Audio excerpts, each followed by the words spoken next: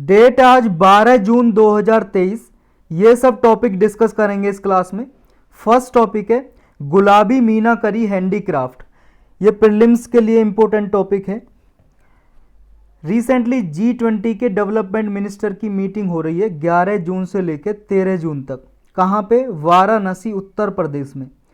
तो जब ये डेवलपमेंट मिनिस्टर G20 के वाराणसी में गए तो उत्तर प्रदेश की स्टेट गवर्नमेंट ने इनको गुलाबी मीनाकरी हैंडीक्राफ्ट गिफ्ट में दी।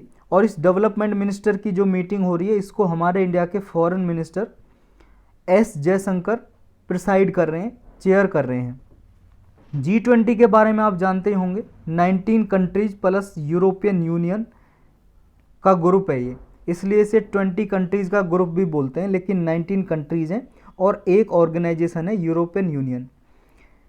इसके बारे में डिटेल में जानना है तो आप पॉलिटी की प्लेलिस्ट में लेक्चर देख सकते हो।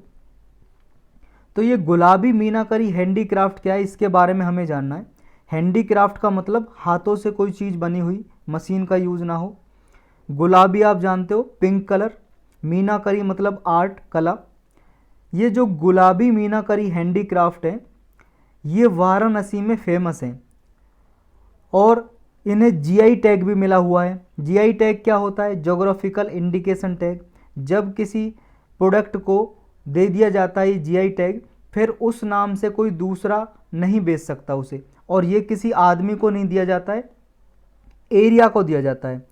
जैसे मान लो वाराणसी को मिल गया GI टैग गुलाबी मीनाकरी हैंडीक्राफ्ट के लिए, यानी कि जो वहाँ पे आर्टिस्ट हैं, कलाकार हैं, जो गुलाबी मीनाकरी हैंडीक्राफ्ट बनाते हैं वो इस नाम से बेच सकते हैं, गुलाबी मीनाकरी हैंडीक्राफ्ट या मीनाकरी हैंडीक्राफ्ट। कोई और एरिया में कोई और पर्सन नहीं बेच सकता पूरे वर्ल्ड में, इंडिया में ही नहीं पूरे वर्ल्ड में। ये WTO के रूल्स हैं, जो ट्रिप्स के रूल, उसके अंदर प्रोटेक्टेड है। और हमारे इंडिया में ज्योग्राफिकल इंडिकेशन एक्ट बना हुआ है 1999 का। तो ये 10 साल के लिए किसी प्रोडक्ट को देता है GI टैग, 10 साल के लिए। और 10 साल तक उस नाम को यूज करके कोई दूसरा आदमी किसी एरिया से नहीं बेच सकता उस चीज़ को जिसको GI टैग मिला है। वो प्रोडक्ट कोई सा भी हो सकता है, एग्रीकल्चर प्रोडक्ट हो सकता है कृषि से, या मान लो किसी फैक्ट्री में बनाया जा रहा है कहीं पे, वो प्रोडक्ट भी हो सकता है, या फिर लोग हाथों से बना रहे हैं जैसे ये हैंडीक्राफ्ट है, कुछ भी हो सकता है। देखो इस तरह के प्रोडक्ट बनाए जाते हैं। इसका नाम है गुलाबी, आप कहोगे इसमें तो कलर स्काई ब्लू यूज हो रहा है। देखो इसमें मेनली जो कलर यूज होता है स्काई ब्लू यूज होता है, लेकिन कई टाइप के हैं ये। एक गुलाबी मीनाकरी भी है, उसमें गुलाबी कलर यूज होता है, इसलिए उसका नाम है गुलाबी मीनाकरी हैंडीक्राफ्ट। इस तरह से इसमें आइटम बनाए जाते हैं। जैसे ये हाथी बनाया हुआ है, स्काई ब्लू कलर यूज हो रहा है। तो ये रेयरेस्ट क्राफ्ट है एक तरह से, इंडिया की one of the rarest craft, जो वाराणसी में गाई घाट के पास प्रैक्टिस की जाती है। ये आर्ट फॉर्म आई कहाँ से हमारे इंडिया में? पर्सिया से आई है। पर्सिया ईरान का नाम हुआ करता था पहले, पर्सिया। ईरान आप जानते हो कहाँ पे है? ये आप देख रहे हो world map, India, Pakistan, Iran, यहाँ से आई थी। और इसमें देखो डिफरेंट कलर यूज किए जाते हैं, सिर्फ गुलाबी या स्काई ब्लू नहीं, और भी कई सारे कलर यूज होते हैं ये हैंडीक्राफ्ट बनाने में। वाराणसी है जो, वहाँ पे मेनली ये इंट्रोड्यूस की गई थी मुग़ल इरा में, 17th सेंचुरी में, जब मुग़ल साम्राज्य था। ये जो वर्ड मीना है, मीना देखो ये पर्शियन वर्ड है, पर्शियन भाषा का एक शब्द है मीना, और मीना है फेमिनिन और मीनू है मेल। देखो जैसे स्त्रीलिंग पुल्लिंग होता है, मीनू हो गया पुल्लिंग यानी कि मेल वर्ड है, और मीना हो गया फीमेल वर्ड। ये मीना और मीनू का मतलब क्या होता है पर्शियन भाषा में? इसका मतलब है स्वर्ग, हेवन मतलब होता है इसका। और जब ये यूज होता है ये कलर, तो इसे एज्योर कलर ऑफ हेवन बोलते हैं। एज्योर कलर ऑफ हेवन यानी कि स्वर्ग का कलर। एज्योर कलर कौन सा होता है? आसमानी कलर जो होता है स्काई ब्लू, उसी को बोलते हैं azure, azure colour of haven. तो वाराणसी में ये ज्वेलरी में ये कलर यूज किया जाता है। और जो घर हैं, घरों को डेकोरेट करने में, जैसे देखो घरों पे जो दरवाजे होते हैं, चौखट होती है, उस चौखट पे ये स्काई ब्लू कलर आपको मिल जाएगा वाराणसी में। और जो ज्वेलरी हैं, आभूषण है पहनने वाले, उन पे भी ये यूज किया जाता है ये कलर। ये जो क्राफ्ट है 3 फॉर्म में पाई जाती है पॉपुलरली। पहला है एक रंग खुला मीना, इसमें केवल एक कलर यूज किया जाता है, गोल्ड में एक कलर यूज किया जाता है। एक होता है पंचरंगी मीना, इसमें 5 कलर यूज किए जाते हैं, red, white, green, light blue और डार्क ब्लू। एक गुलाबी मीना, इसमें पिंक कलर डोमिनेंट होता है, और भी कलर यूज किए जाते हैं लेकिन अधिकतर इसमें पिंक कलर दिखाई देगा। तो वाराणसी में बहुत ही पॉपुलर जो है वो गुलाबी मीनाकारी हैंडीक्राफ्ट है। तो यही था इसके बारे में। नेक्स्ट टॉपिक है टैक्टिकल लैंड रेडियो। ये प्रीलिम्स के लिए इंपॉर्टेंट टॉपिक है। टैक्टिकल लैंड रेडियो क्या है, किस लिए यूज होता है, रेंज कितनी है, ये सब जानना है। किसने बनाया है? देखो इंडिया ने ही इंडिजिनसली डेवलप किया है इसको। इंडिजिनसली का मतलब जब कोई अपने देश में ही किसी को बनाता है तो इंडिजिनसली वर्ड यूज करते हैं इंग्लिश में। इंडियन आर्मी ने अभी डील की है, बेंगलुरु बेस्ड एक कंपनी है, बेंगलुरु में एक कंपनी बनाती है टैक्टिकल लैंड रेडियो, तो इंडियन आर्मी उस कंपनी से खरीदेगी टैक्टिकल लैंड रेडियो। क्या है ये टैक्टिकल लैंड रेडियो? ये देखो जो आप देख रहे हो इसके हाथ में जो सैनिक है ये कम्युनिकेशन कर रहा है, जैसे फ़ोन पे आप बातें करते हो इस तरह से इससे कम्युनिकेशन होती है इस डिवाइस से। इस डिवाइस को ही बोलते हैं टैक्टिकल लैंड रेडियो। ये आर्मी ने देखो इनोवेशन फॉर डिफेंस एक्सीलेंस के अंडर ये कॉन्टैक्ट किया है बेंगलुरु की कंपनी से। और इनोवेशन फॉर डिफेंस एक्सीलेंस क्या है इसके बारे में भी समझेंगे। पहले जानते हैं टैक्टिकल लैंड रेडियो क्या है। Tactical local area network radio इसकी फुल फॉर्म। ये देखो वायरलेस रेडियो इक्विपमेंट है, इसमें कोई वायर नहीं जुड़ी होती है, और ये आर्मी के लिए एक तरह से फेल सेफ कम्युनिकेशन है, reliable and fail safe. Fail safe का मतलब सिक्योरिटी बहुत ज़्यादा है इसमें, इसको जैसे मान लो हैक कर लेते हैं ना बीच में कम्युनिकेशन को, इस तरह से नहीं किया जा सकता। और ये long range point two multi point high bandwidth communication है। ये वर्ड आपको याद रखना, इस तरह से आपको प्रीलिम में फंसाया जाता है कि ये लॉन्ग रेंज है या शॉर्ट रेंज है। तो लॉन्ग रेंज ये कम्युनिकेशन होती है इससे। और देखो ये जो डिवाइस है कंटिन्यूसली 48 आवर्स तक ये काम कर सकता है, ऑपरेट कर सकता है बिना किसी ब्रेकडाउन के। अब जानते हैं आईडेक्स के बारे में, इनोवेशन फॉर डिफेंस एक्सीलेंस। इसी के अंदर ये डील की है इंडियन आर्मी ने बेंगलुरु की कंपनी से। तो ये है क्या इनोवेशन फॉर डिफेंस एक्सीलेंस? ये एक इनिशिएटिव है मिनिस्ट्री ऑफ डिफेंस की, जो रक्षा मंत्रालय है उसका इनिशिएटिव है, एक फ्लैगशिप इनिशिएटिव। फ्लैगशिप का होता है मतलब मेजर, मुख्य। अप्रैल 2018 में लॉन्च किया था इसको। टारगेट क्या है इस आईडेक्स का, इनोवेशन फॉर डिफेंस एक्सीलेंस का?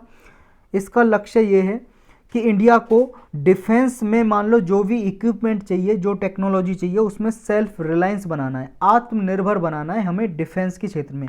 अभी आप सबको पता होगा डिफेंस के लिए हम बहुत सारे इक्विपमेंट हैं, हथियार हैं, वीपन्स, आर्म्स, एम्यूनिशन, गोला बारूद, ये सब लगभग बहुत सारा हम बाहरी देशों से इंपोर्ट करते हैं, जैसे रसिया से, यूएस से, इजराइल से, फ्रांस से, इनसे मंगाते हैं। लेकिन इंडिया ने ये जो लॉन्च किया इनिशिएटिव इसलिए किया था कि हम इसमें आत्मनिर्भर बने, अपने देश में बनाएं, और इंपोर्ट के बजाय हम एक्सपोर्ट भी करें, अपने देश में बना के एक्सपोर्ट भी करें, दूसरे देशों में निर्यात करें। इसमें देखो एमएसएमई सेक्टर की सहायता ली जाती है, माइक्रो स्मॉल मीडियम इंटरप्राइजेस, छोटे लघु उद्योग यानी कि छोटी कंपनियां होती हैं। स्टार्टअप कंपनियां, जो स्टार्टअप मतलब 10 साल तक जो कंपनी बनी होती है और उसकी सर्टेन लेवल से टर्नओवर कम है तो स्टार्टअप बोलते हैं नई कंपनी को। इंडिविजुअल कोई इनोवेटर है, R&D, रिसर्च डेवलपमेंट इंस्टीट्यूट है कोई, या अकेडमी है, इन सब का साथ लिया जाता है और तब सेल्फ रिलायंस को प्रमोट किया जाता है, यानी कि हमारे इंडिया में ज़्यादा से ज़्यादा रिसर्च डेवलपमेंट हो डिफेंस के क्षेत्र में और हमारे इंडिया में इक्विपमेंट बनाए जाएं। जो आईडेक्स है इसको फंडिंग कौन करता है, इस इनिशिएटिव के लिए पैसा मनी कौन देता है? ये ऑर्गेनाइजेशन देती है, डिफेंस इनोवेशन ऑर्गेनाइजेशन। ये सोच लो एक कंपनी है, not for profit company, profit के लिए काम नहीं करती है। कंपनीज एक्ट है 2013 का, उसके सेक्शन 8 में रजिस्टर है ये कंपनी की तरह। किसने बनाई है ये? हमारे इंडिया की 2 ऑलरेडी कंपनी है, डिफेंस पब्लिक सेक्टर अंडरटेकिंग्स, ये हैं हाल और BEL, हिंदुस्तान एरोनॉटिक्स लिमिटेड, और ये BEL है। ये जो 2 कंपनी है इन्होंने मिलकर इसको बनाया है डिफेंस इनोवेशन ऑर्गेनाइजेशन को। तो यही था इसके बारे में। नेक्स्ट टॉपिक है सागर समृद्धि, ये प्रीलिम्स के लिए इंपॉर्टेंट है ये भी।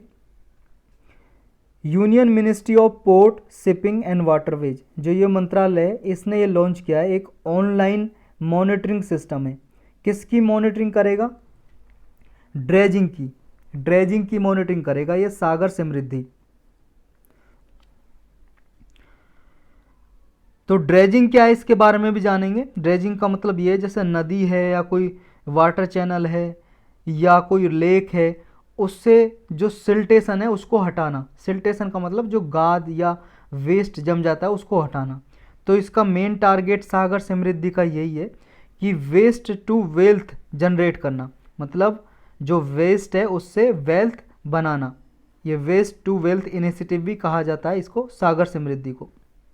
किसने डेवलप किया है ये सागर समृद्धि जो सिस्टम है पूरा? एक ministry of port and waterways है, इसके अंदर एक सेंटर है, ये national technology centre for ports waterways and coast, इसने ये बनाया है सिस्टम। तो ड्रेजिंग क्या है? ड्रेजिंग देखो, सेडिमेंट्स या डेब्रिस, कचरा या सेडिमेंट्स होते हैं जो कचरा या वेस्ट जो जम जाता है लेक्स, रिवर, हार्बर या अदर वाटर बॉडीज के तलहटी में, बॉटम में, उसको निकालने की जो प्रक्रिया उसी को बोलते हैं ड्रेजिंग। और देखो ये एक रूटीन प्रोसेस है, नेसेसरी होता है, क्योंकि जो रिवर वगैरह है उसमें नीचे सिल्टेशन जमा हो जाता है, जिसकी वजह से क्या है, जो वाटर चैनल है जो वाटर वेज की तरह यूज किया जाता है। वाटर वेज की तरह जैसे मान लो यहाँ से सामान लेके जाना नदी से, बोट से, तो अगर इसमें नीचे सिल्टेशन जमा होगा तो बोट ले जाने में प्रॉब्लम होती है, बोट फंस जाती हैं, तो उसको साफ़ सफाई करना ज़रूरी होता है। तो एक रूटीन प्रोसेस होता है ये ड्रेजिंग। तो यही था इसके बारे में। नेक्स्ट टॉपिक है direct seeded rice method, DSR method. ये प्रीलिम्स के लिए भी इम्पोर्टेंट है और मेंस के लिए भी, जीएस पेपर 3 में, और प्रीलिम्स में कई बार पूछा भी गया है इससे रिलेटेड क्वेश्चन। अभी रिसेंटली न्यूज में क्यों है? पंजाब गवर्नमेंट ने ये टारगेट रखा है कि इस साल के खरीफ सीजन में, खरीफ सीजन बोलते हैं जून से सितंबर में बोए जाने वाले जो ये सीजन है, इसमें फसल जो बोई जाते हैं उन्हें खरीफ फसल बोलते हैं, खरीफ क्रॉप्स, और इस सीजन को खरीफ सीजन बोलते हैं। तो इसमें टारगेट रखा है पंजाब गवर्नमेंट ने कि 5 लाख एकड़ की ज़मीन पे DSR मेथड यूज किया जाएगा पैडी के लिए। पैडी मतलब धान बोने के लिए ये मेथड यूज किया जाएगा। तो ये मेथड है क्या? DSR method, direct seeding method, इसे ब्रॉडकास्टिंग सीड टेक्निक भी बोलते हैं। ये वाटर सेविंग मेथड है, पानी की बचत करता है ये धान की खेती में। इसमें क्या है, सीड हैं जो बीज वो डायरेक्टली ड्रिल किए जाते हैं फील्ड में। देखो आप ट्रेडिशनल मेथड जानते हो जिससे चावल उगाए जाते हैं। ट्रेडिशनल मेथड में क्या होता है, देखो ये फील्ड है, इस फील्ड में एक कोने पे यहाँ पे चावल के बीज लगा दिए। अब यहाँ पे क्या होगा, ये इसका प्लांट पौधा हो जाएगा। तो ये एक जगह नर्सरी में या खेत के कोने में लगा दिए चावल के पौधे, मतलब पौधे नहीं लगाए, बीज डाला है, यहाँ पे पौधे उग गए। अब ये पौधे यहाँ से उखाड़ लिए जाएंगे और उखाड़ने के बाद ये पूरे खेत में लगा दिए जाएंगे, लगभग आधा फुट की दूरी पे या उससे कम दूरी पे लगा दिए जाएंगे हाथ के जरिए। अब जो ये मेथड है इसको ट्रेडिशनल मेथड भी बोलते हैं, ट्रांसप्लांट मेथड। ट्रांसप्लांट का मतलब एक जगह से उखाड़ के दूसरी जगह पे लगा रहे हैं इसे। लेकिन इस मेथड में क्या होता है ना, पूरे खेत में पानी भरना पड़ता है, पानी भरा होना चाहिए और इसकी मिट्टी थोड़ी दलदल टाइप होनी चाहिए ताकि आसानी से हाथ से पौधा अंदर गड़ जाए। इसमें टाइम भी बहुत लगता है और लेबर भी बहुत लगती है और पानी भी बहुत लगता है, पानी जमा रहता है इसमें। जब पानी जमा रहता है देखो इसमें जो धान की खेती में, तो इससे क्या है, ग्रीन हाउस गैस का इमिशन भी होता है, मीथेन निकलती है भाई साहब। किससे? धान के खेत से। जो धान के खेत हैं, पैडी कल्टीवेशन करते हैं, उसमें पानी भरा होता है तो मीथेन निकलती है। जब आप धान के खेत के पास जाओगे तो उसमें अजीब सी स्मेल होगी, एक आपको उसमें से स्मेल आएगी जो मीथेन की होती है, CH4 की। और मीथेन एक ग्रीन हाउस गैस है। ग्रीन हाउस गैस आपको पता है क्या होती है, एटमॉस्फेयर में टेम्परेचर को एब्जॉर्व कर लेती हैं, जिसकी वजह से ग्लोबल वार्मिंग हो रही है, क्लाइमेट चेंज हो रहा है।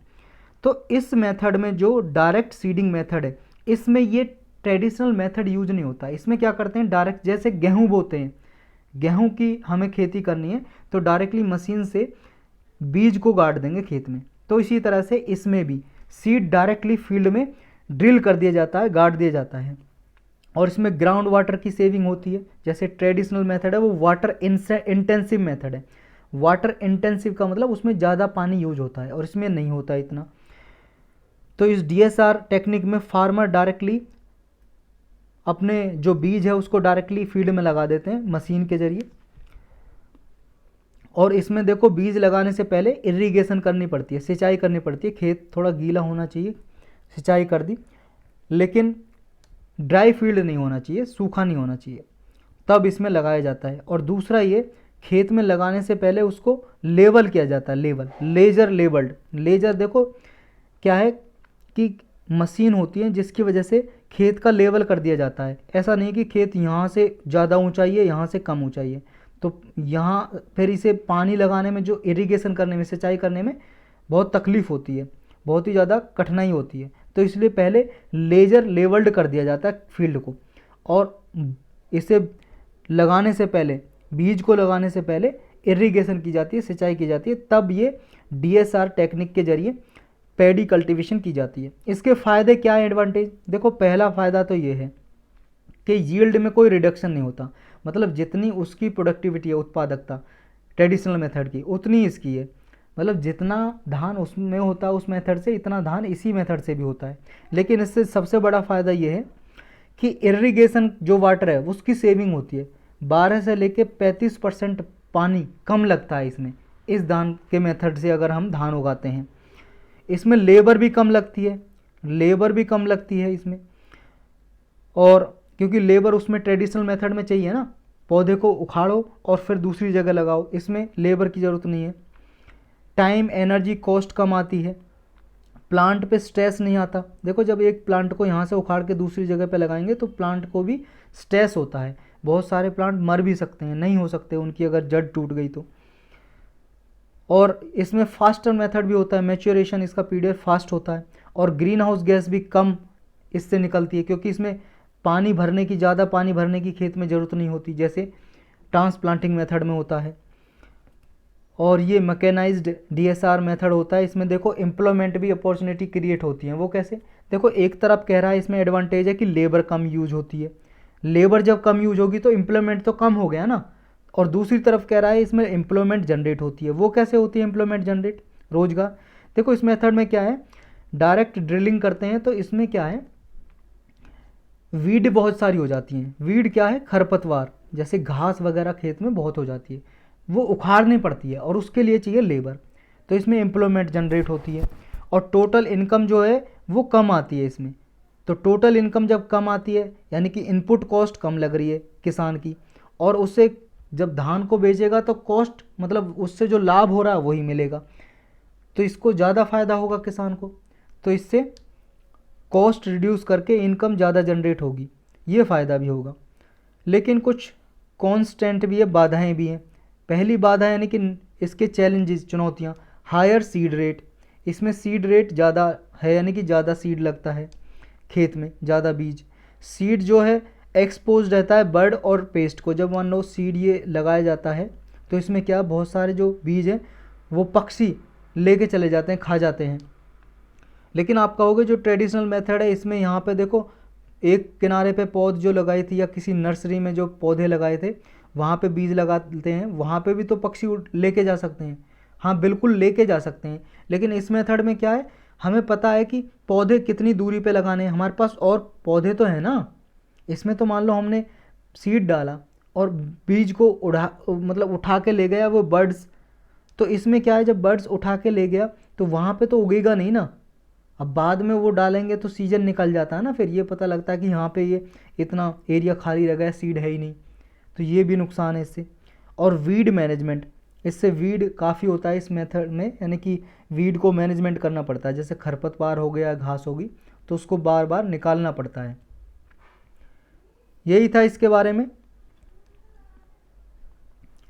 नेक्स्ट टॉपिक है अकाउंटेबिलिटी इन स्टेट एडमिनिस्ट्रेशन, ये देखो प्रीलिम्स के लिए इंपॉर्टेंट है और मेनली ये मेंस के लिए इंपॉर्टेंट है। जीएस पेपर 4 में आप यूज कर सकते हो ये एग्जांपल, अकाउंटेबिलिटी से कोई क्वेश्चन आता है और लगभग आता है ये अकाउंटेबिलिटी से जीएस 4 में हर साल, या फिर एसए के टॉपिक में यूज कर सकते हो ये एग्जाम्पल।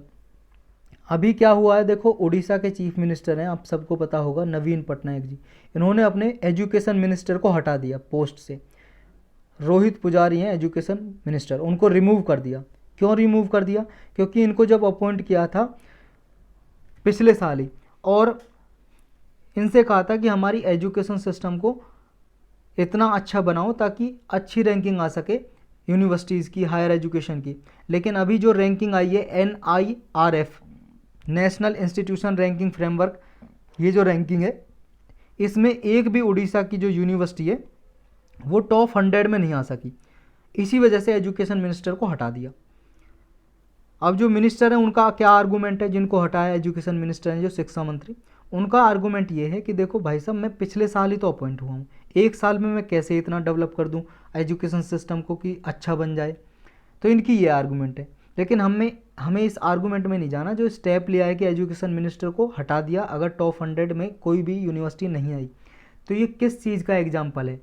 ये एग्जाम्पल है एथिकल इशू कौन कौन से इसमें इन्वॉल्व है। इसमें देखो, एक तो फेयरनेस एंड ट्रांसपेरेंसी। देखो रिमूवल किया है मिनिस्टर का, ये ट्रांसपेरेंसी दिखाता है कि आपने अपॉइंटमेंट किया मिनिस्टर का, इसलिए किया ताकि एजुकेशन में, शिक्षा के क्षेत्र में कुछ विकास हो सके, लेकिन विकास नहीं हुआ तो आपने हटा दिया। ये ट्रांसपेरेंसी को दर्शाता है, पारदर्शिता और फेयरनेस।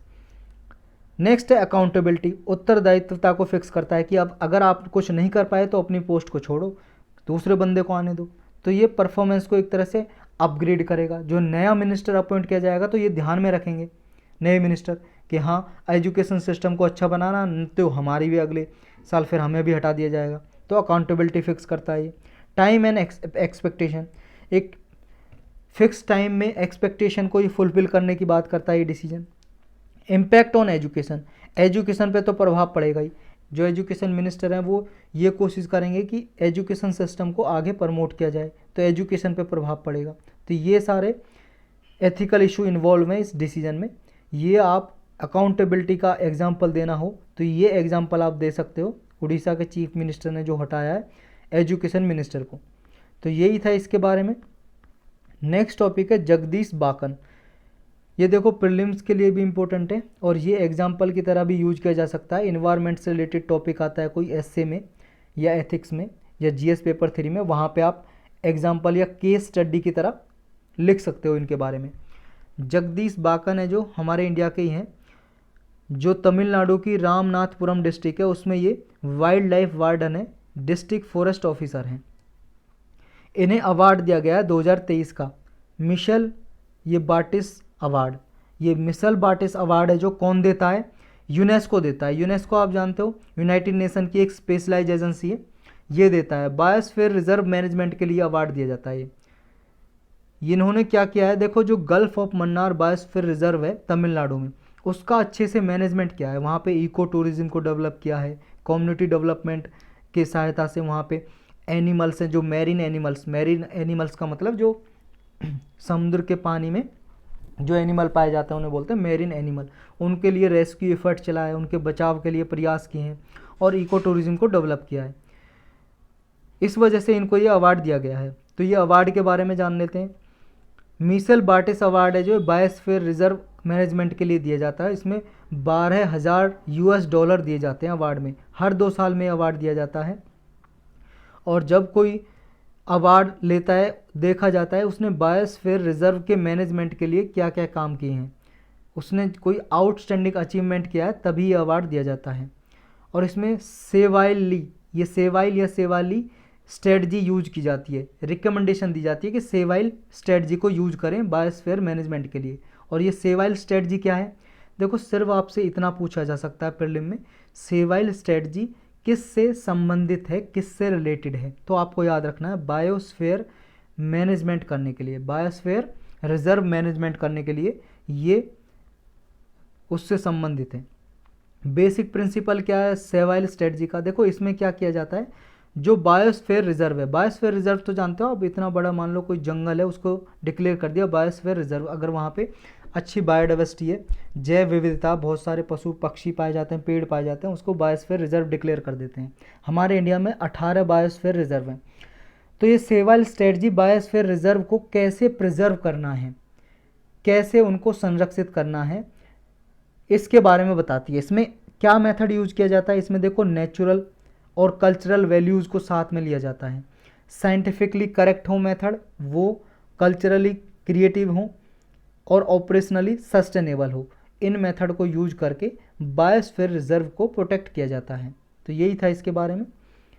नेक्स्ट टॉपिक है अटलांटिक डिक्लेरेशन। ये प्रीलिम्स के लिए भी इम्पोर्टेंट है और जीएस पेपर 2 और 3 के लिए भी। अटलांटिक डिक्लेरेशन यूएस और यूके के बीच में हुई है। यूएस और यूके ने जारी की है अटलांटिक डिक्लेरेशन।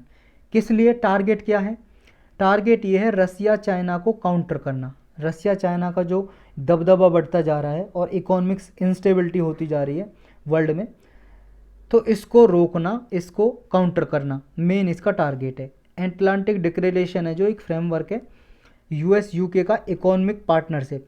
इसमें क्या है, यूनाइटेड स्टेट्स यानी कि अमेरिका और यूनाइटेड किंगडम इकोनॉमिक अलायंस को स्ट्रेंथन करेंगे, आपस में जो इकोनॉमिक अलायंस है इनकी आर्थिक गठबंधन, उसको आगे प्रमोट करेंगे। इसमें देखो क्रिटिकल एंड इमर्जिंग टेक्नोलॉजी पे एक दूसरी कंट्री ये कॉपरेशन करेंगी, सहयोग करेंगी। यूएस यूके इकोनॉमिक सिक्योरिटी के लिए काम करेंगे, आर्थिक सुरक्षा, डिजिटल ट्रांसफॉर्मेशन के लिए, क्लीन एनर्जी के लिए और डिफेंस के लिए, इन क्षेत्र में ये काम करेंगे दोनों कंट्री मिलके। इस तरह के और भी एग्रीमेंट है इकोनॉमिक कोऑपरेशन के, जैसे 5 आइज एग्रीमेंट है एक, इसमें देखो US UK Canada Australia New Zealand है।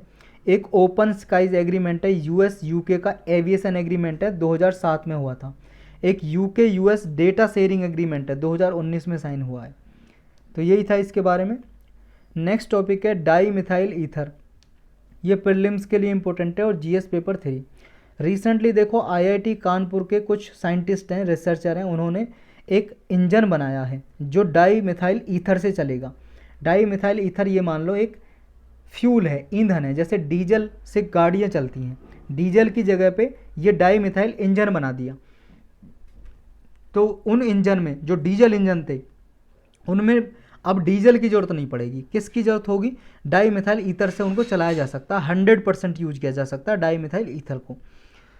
और ये देखो डीजल का अल्टरनेटिव होगा और बहुत सारी कंट्रीज़ में जो डाई मिथाइल ईथर इंजन है वो ऑलरेडी यूज किए जाते हैं।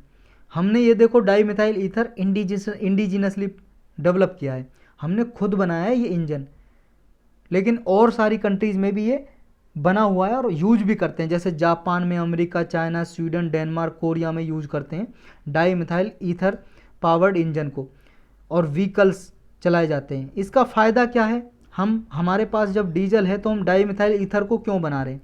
देखो डीजल से जो कार गाड़ियाँ चलती हैं उससे पॉल्यूशन बहुत होता है, पार्टिकुलेट मैटर का सूट इमिशन बहुत होता है, और अगर इसकी जगह पे हम डाई मिथाइल ईथर यूज करेंगे, ईंधन ये इंजन यूज करेंगे और उसमें डाई मिथाइल ईथर यूज करेंगे, तो इससे कम पार्टिकुलेट मैटर निकलेगा, ग्रीन हाउस गैस का इमिशन कम होगा।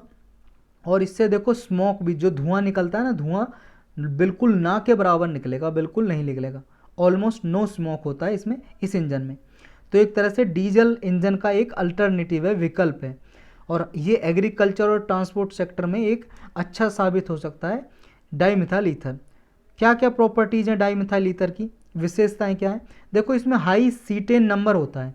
हाई सीटेन नंबर का मतलब है इसकी इग्निटेबिलिटी जो है फ्यूल की वो अच्छी खासी है। इग्निटेबिलिटी का मतलब क्या होता है, इग्निटेबिलिटी को बोलते हैं ज्वलनशीलता हिंदी में।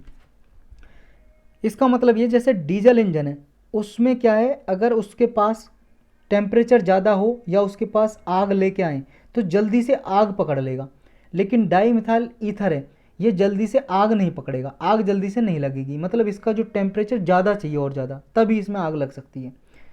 तो हाई सीटेन नंबर है इसका और इग्निटेबिलिटी ज़्यादा है डीजल से, ये आपको याद रखना है इसमें। और नॉर्मल एटमॉस्फेरिक कंडीशन में ये कलरलेस गैस की तरह रहता है, कलरलेस, इसका कोई कलर नहीं होता डाई मिथाइल ईथर का, जैसे पानी का कोई कलर नहीं होता ऐसे इस तरह से। डाईमिथाइल ईथर की एप्लीकेशन क्या है, मतलब कहाँ कहाँ पे यूज होता है ये अभी। एरोसेल जो इंडस्ट्रीज़ हैं, केमिकल इंडस्ट्रीज, उनमें यूज होता है ये, डाइज बनाने के लिए, प्लास्टिक बनाने के लिए यूज होता है ये। तो यही था इसके बारे में। नेक्स्ट टॉपिक है प्रोटोस्टेरोल बायोटा, ये प्रीलिम्स के लिए इंपॉर्टेंट है। कुछ साइंटिस्ट ने अभी ये डिस्कवर किया है। ये देखो, इससे पता चलेगा हमारे प्लानिट पे लाइफ का एवोल्यूशन कैसे हुआ। आप सबको पता है बहुत सारी थ्योरीज हैं, जिसमें मेन थ्योरी आपको पता है मानी जाती है डार्विन की जो थ्योरी है एवोल्यूशन की, कि कैसे इंसान बना, लाइफ कैसे आई अर्थ पे, प्लानिट पे। तो इसके इवोल्यूशन के बारे में पता चलेगा इस प्रोटोस्टेरोल बायोटा से। ये है देखो, ये ऑर्गेनिज्म है प्रोटोस्टेरोल बायोटा। ये एक माइक्रोस्कोपिक ऑर्गेनिज्म है, बहुत ही छोटा ऑर्गेनिज्म है। ये आपको दिखाई दे रहा है ना, जो ये माइक्रोस्कोप से दिखाई देगा, सूक्ष्मदर्शी से। आप ऐसी नंगी आंखों से देखोगे तो नहीं दिखाई देगा। ये तो ये इमेज लगाई हुई है कि अगर आपको माइक्रोस्कोप से देखना हो तो कुछ इस तरह से दिखेगा ये माइक्रोस्कोप ऑर्गेनिज्म।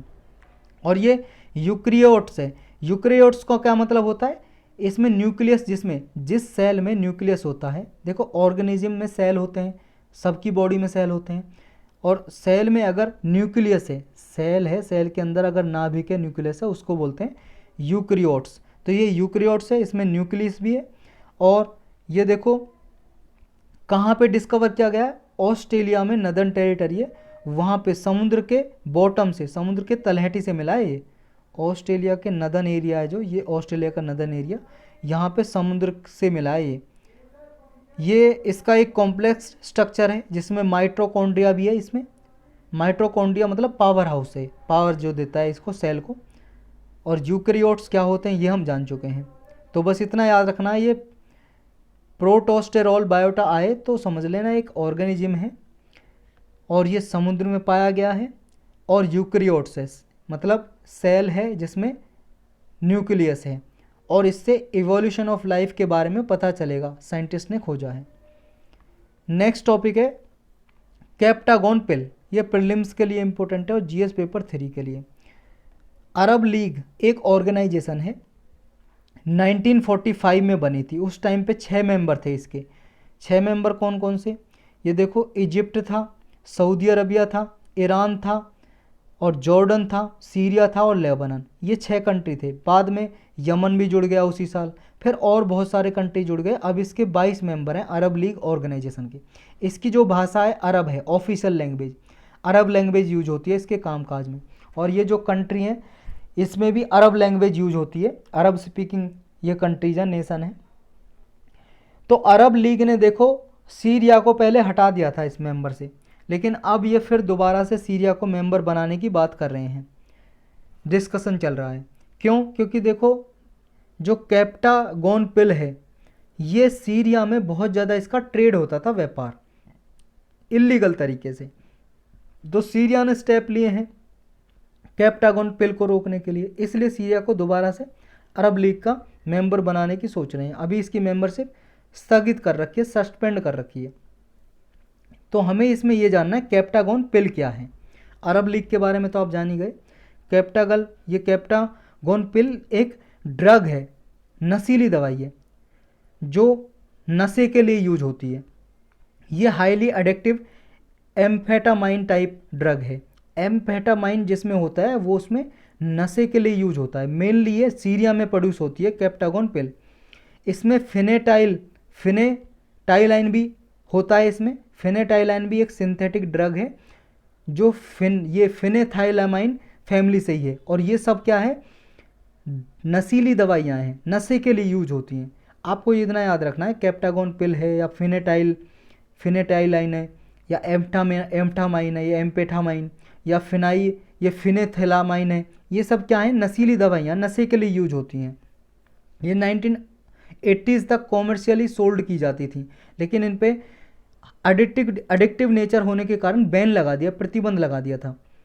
पहले ये सेल होती थी, जैसे व्यापार होता था इनका, लेकिन देखा गया ये नशीली दवाइयाँ हैं, नशे के लिए यूज होने लगी हैं, तो इन पे बैन लगा दिया, क्योंकि इनसे दवाई भी बनती है ना। ये एम्फेटामाइन है जो ड्रग है, ये क्या नुकसान पहुंचाती है हमारे बॉडी में, हमारे सेंट्रल नर्वस सिस्टम को ये स्टूमुलेट करती है, एनर्जी बूस्ट करती है और फोकस ज़्यादा इंक्रीज करती है। लेकिन ये लॉन्गर पीरियड तक देखो अवेक करके रखती है बॉडी को, और उसमें हमें यूफोरिया फीलिंग होती है। यूफोरिया का मतलब बहुत ज़्यादा प्रसन्नता, जैसे अगर आदमी हंस रहा है तो हंसता ही रहेगा इसमें लेने के बाद, ऐसी ड्रग्स होती हैं ये।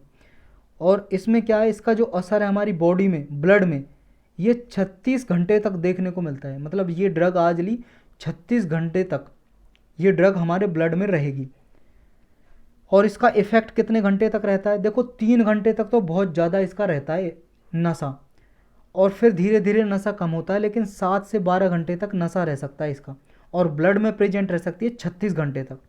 साइड इफ़ेक्ट क्या होते हैं इसके, नुकसान क्या होता है, मतलब साइड इफ़ेक्ट, इसमें देखो भूख कम हो जाती है हमारी, वेट लॉस हो जाता है, हार्ट रेट में प्रॉब्लम हो जाती है, जो हमारी हार्ट रेट है उस इरेगुलर हो जाती है, ब्लड प्रेशर हाई हो सकता है, हार्ट अटैक हो सकता है जिसकी वजह से डेथ हो सकती है, मृत्यु हो सकती है, बॉडी का टेम्परेचर हाई हो जाता है, मेमोरी लॉस हो सकती है, और थिंकिंग जो प्रोसेस है हमारा उसमें डिफेक्ट हो सकता है, और स्टॉक हो सकता है, बॉडी में स्टॉक हो सकता है और जान जा सकती है, डेथ हो सकती है। तो ये इसके नुकसान है। नेक्स्ट टॉपिक है टॉरिन। इसकी प्रोनाउंसिएशन कुछ और भी हो सकती है, टॉरिन या तोरिन, ये प्रीलिम्स के लिए इंपॉर्टेंट है। सिर्फ टॉरिन है क्या, बस इतना जानना है किसके लिए यूज हो सकता है। देखो एक naturally occurring sulphur containing amino acid है ये। और अमीनो एसिड क्या होते हैं, अमीनो एसिड प्रोटीन में पाए जाते हैं। देखो प्रोटीन में बहुत सारे अमीनो एसिड होते हैं, और ये भी एक अमीनो एसिड है टॉरिन।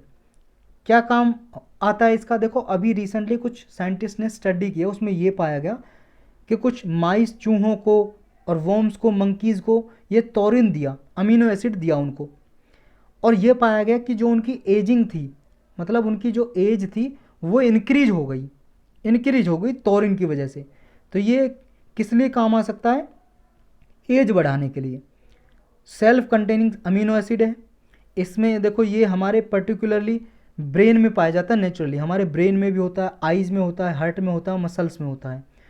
टॉरिन नेचुरली अकर होता है मीट में, फिश में मिलता है, ये जो हाई प्रोटीन फूड होते हैं ना उनमें ही मिलता है टॉरिन, यानी कि अमीनो एसिड है जो मिलता है हाई प्रोटीन फूड में।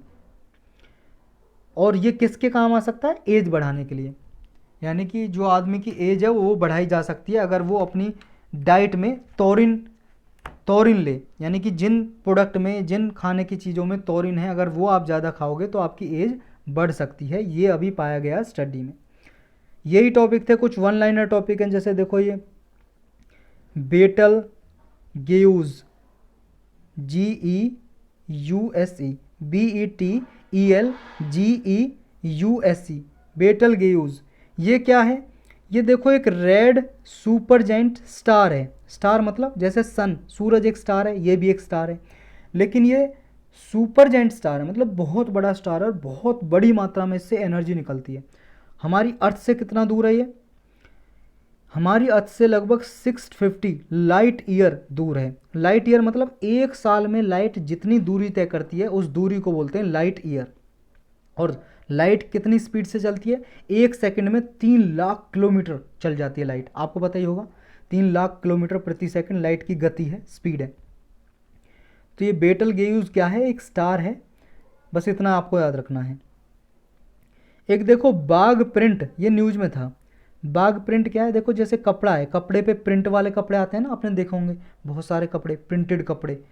तो ये बाघ प्रिंट है जो, ये कहाँ का है फेमस, ये MP का है, मध्य प्रदेश का। अभी रिसेंटली ये न्यूज़ में था बाघ प्रिंट। बाघ देखो MP में, मध्य प्रदेश में एक विलेज है और वहाँ पे बाघ नाम से एक रिवर भी है, तो उसी के नाम पे बाघ प्रिंट का नाम रखा गया है। बहुत ही फेमस है और बहुत ही अच्छा लगता है दिखने में। गूगल पे आप डाल के देखना बाघ प्रिंट, इमेज देखना उसकी, आपने देखा भी होगा, बहुत सारे कपड़ों पे रहता है, कुछ इस तरह का रहता है। ये देखो इस तरह के प्रिंटेड देखे होंगे आपने, इस तरह के प्रिंट, जैसे मेहंदी लगा दी जाती है ना हाथों में, प्रिंट ऐसा लगता है, इस तरह का ये बाघ प्रिंट। नेक्स्ट है ऑपरेशन अमानत। ऑपरेशन अमानत किसने चलाया और किस लिए चलाया, बस 2 बातें आपको याद रखनी है। ऑपरेशन अमानत किसने चलाया है, RPF ने, रेलवे प्रोटेक्शन फोर्स है उसने चलाया। रेलवे प्रोटेक्शन फोर्स, देखो ये मिनिस्ट्री ऑफ रेलवे के अंदर काम करती है और रेलवे की जितनी प्रॉपर्टी है उसको बचाने के लिए, प्रोटेक्ट करने के लिए ये फोर्स काम करती है, रेलवे पुलिस फोर्स। और ये देखो इकलौती पैरामिलिट्री फोर्स है आरपीएफ जिसको अरेस्ट करने की पावर है, अरेस्ट करने की पावर है, इन्वेस्टिगेट करने की पावर है, गिरफ्तार कर सकती है किसी को, ये गिरफ्तार कर सकती है और उस पर इन्वेस्टिगेशन कर सकती है। लेकिन जो और पैरामिलिट्री फोर्स है ना, जैसे सीआरपीएफ है, सीआईएसएफ है, बीएसएफ है, एसएसबी है, ये पैरामिलिट्री फोर्स, इनको देखो पावर नहीं है इन्वेस्टिगेट करने की, अरेस्ट करने की। मतलब ये किसी को अरेस्ट कर लेंगे, लेकिन अरेस्ट करके जो वहाँ की पुलिस है, जिस भी स्टेट में अरेस्ट करेंगे वहाँ की पुलिस है, पुलिस को दे देती हैं। लेकिन आरपीएफ के पास ये पावर है, अरेस्ट करके अपने पास रख सकती हैं और जांच कर सकती हैं, इन्वेस्टिगेट कर सकती हैं। तो ये इकलौती पैरामिलिट्री फोर्स है जिसके पास ये पावर है। वरना आपको कोई देखो सीआईएसएफ वाला पकड़ नहीं सकता, पकड़ लेगा लेकिन पुलिस को सौंप देगा, अरेस्ट करके अपने पास नहीं रख सकती सीआईएसएफ, कोई भी पैरामिलिट्री फोर्स है जो। ऑपरेशन अमानत किस लिए चलाया है आरपीएफ ने? देखो अभी उड़ीसा में जो ट्रेन एक्सीडेंट हुआ था ना, वहाँ पे बहुत सारे लोगों का लगेज सामान लॉस्ट हो गया था। जो भी जो सामान छूट गया है उसको ढूंढ के उन लोगों तक पहुँचाना। अब बहुत सारे लोग तो बचे नहीं हैं, उनके घर वालों तक पहुँचा देंगे आरपीएफ वाले, तो इसलिए ये ऑपरेशन अमानत चलाया है। तो यही टॉपिक थे आज के।